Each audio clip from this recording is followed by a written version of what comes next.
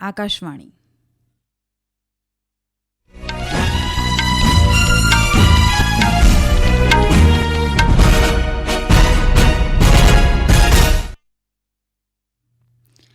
સમાચાર સોનલ પરમાર વાંચે છે.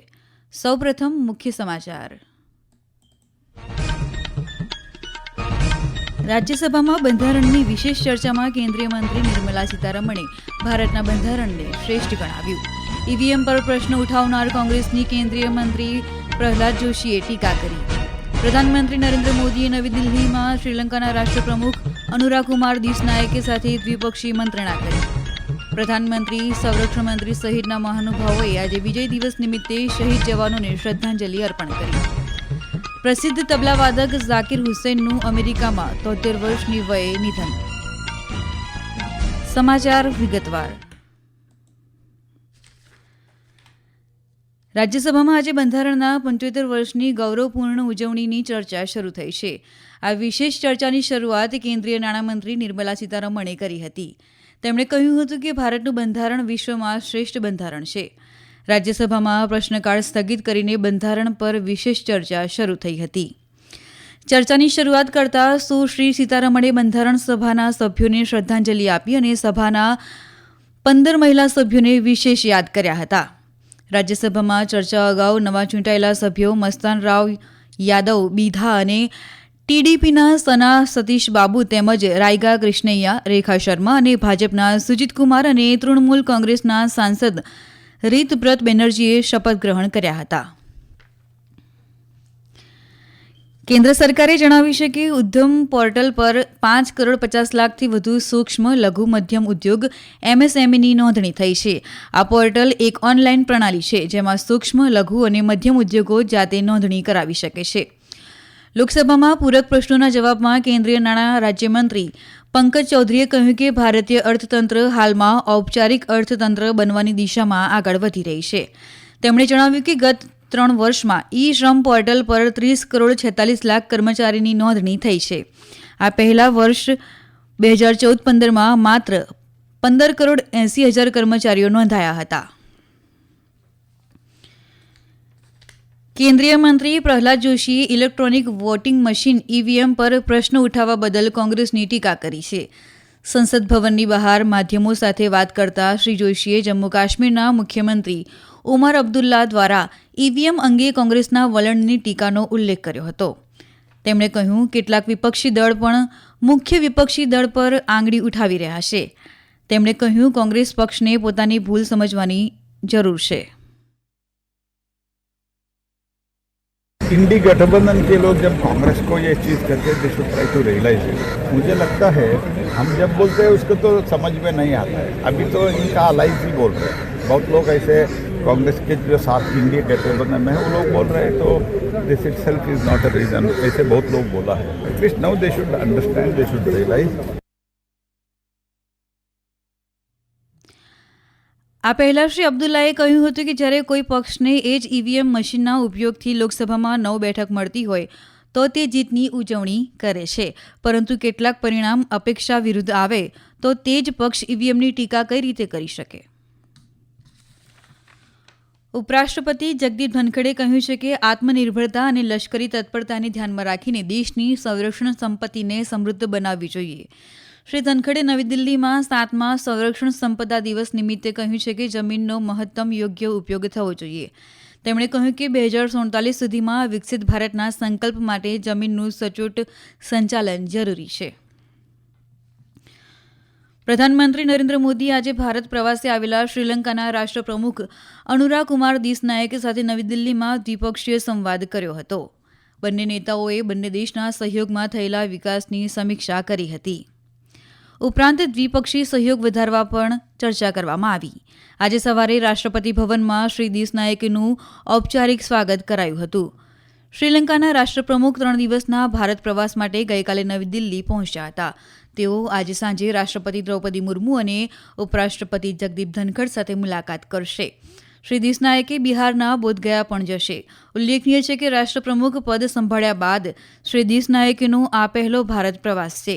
તેમણે ભારત અને શ્રીલંકા વચ્ચે રોકાણ અને વેપારી સંબંધોને વધારવા માટે દિલ્હીમાં એક ઔદ્યોગિક કાર્યક્રમમાં પણ ઉપસ્થિત રહેશે. આ રાષ્ટ્રીય સમાચાર આપ આકાશવાણી પરથી સાંભળી રહ્યા છો.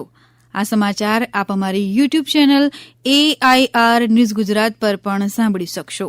વધુ સમાચાર માટે અમારી વેબસાઇટ newsonair.gov.in/gujarati અને અમારા એક્સ હેન્ડલ AIR_news_ABAD ને ફોલો કરશો.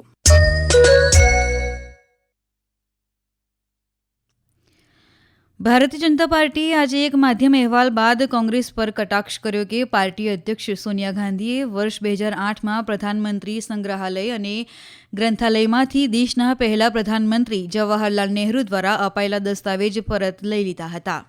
પ્રધાનમંત્રી સંગ્રહાલય અને ગ્રંથાલય સંસ્થાના સભ્ય તથા ઇતિહાસકાર રિઝવાન કાદરીએ હાલમાં તે દસ્તાવેજોને પરત કરવા કોંગ્રેસ નેતા રાહુલ ગાંધીને પત્ર લખ્યો છે.